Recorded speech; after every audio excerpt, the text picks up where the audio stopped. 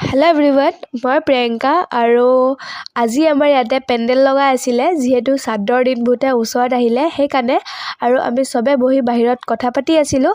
তাৰপিছতে আমি খানা চানা খালোঁ। খানা চানা খাই আমি মাৰ্কেট যাবলৈ ওলাই গ'লোঁ। তো আমাৰ ইয়াত গাঁৱৰ ৰাস্তাটো ইমান ভাল নহয়, অলপ ডিষ্টেঞ্চতে স্পীড ব্ৰেকাৰ আছে বুলি মোবাইলটোৰ ভিডিঅ' ভালকৈ অহা নাই, ভিডিঅ'টো হিলি গৈছে।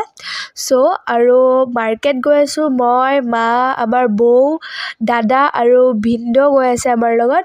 তো ভিনদেউ তাৰপৰাই আহিব।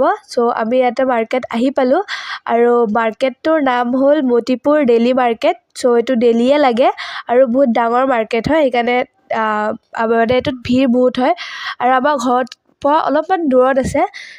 আমি আহিলোঁ, মই, মা, আমি চবে আহিলোঁ আৰু ওপৰত আপোনালোকে ৱাইৰিং দেখিবই পাৰিছে, কিমান ৱাইৰিং লগোৱা আছে। আৰু এইটো মোৰ ফেভৰেট হয়, কুঁহিয়াৰৰ ৰস খাবলৈ বহুত ভাল লাগে। আৰু তাৰপিছত আমি ভিতৰত মাৰ্কেটলৈ আহিলোঁ। তো বৌয়ে কৈছিলে যে অলপমান বিউটি পাৰ্লাৰ যায় বুলি। তো ময়ো ভাবিলোঁ যে ময়ো যাওঁ আৰু ময়ো আইব্ৰ' অলপমান বনাই লওঁ, যিহেতু থ্ৰেডিং কৰা বহুত দিন হ'ল সেইকাৰণে। আৰু আমি ইয়াতে হাঁহি আছিলোঁ যিহেতু ইয়াতে গাজৰ 2 কিলো 2 টকাত দি আছিলে, 1 কিলোৰ 1 টকাত 1 কিলো দি আছিলে। সেইটো কথা শুনি আমি বহুত হাঁহি আছিলোঁ। তাৰপিছত মই আৰু বৌ আমি চবে আহি পালোঁ। মা মাৰ্কেটত আছে দাদাহঁতৰ লগত আৰু মই আৰু বৌ ইয়াতে মাৰ্কেট আহি পালোঁ, পাৰ্লাৰ আহি পালোঁ, মাৰ্কেটতে আছে।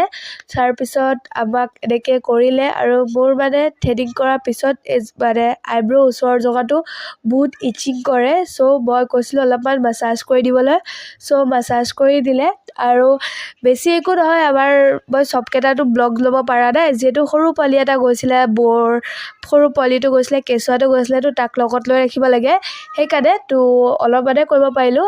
আৰু এইটো আমি আহিছিলোঁ দোকান থ্ৰেডিং কৰাৰ পিছত বস্তু কিনিবলৈ। আজিৰ কাৰণে